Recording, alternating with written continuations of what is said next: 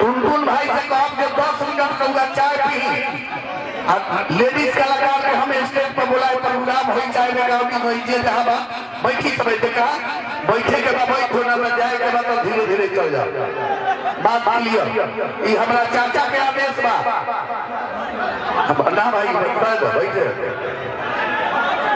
बैठ शांत बनाई बताई महाराज है बॉक्स गिर गई। हाँ हाँ केहू बाई बाई हाँ केहू बाई लेके सब लोग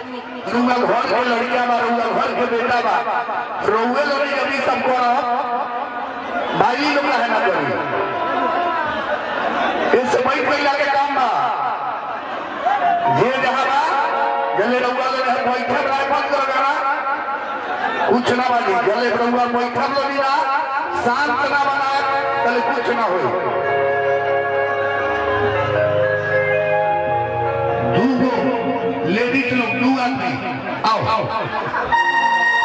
दो लेडीज अब तब तक ले साथ का सारी हाँ हाँ रे गाओगे बूहे मुझे कर क्या करेंगे भाई चलो के जब बूहे मरना बात बूहे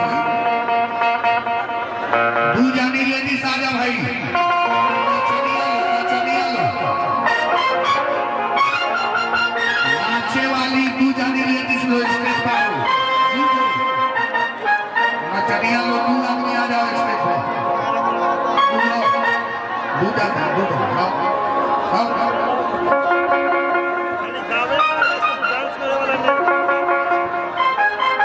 धीमे धीमे आजा आजा गावे आने के बाद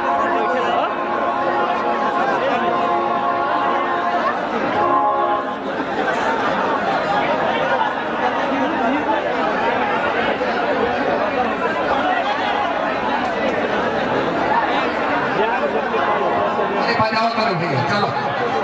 ऑपरेटर महोदय जी गीत लगा गीत के ओके करो।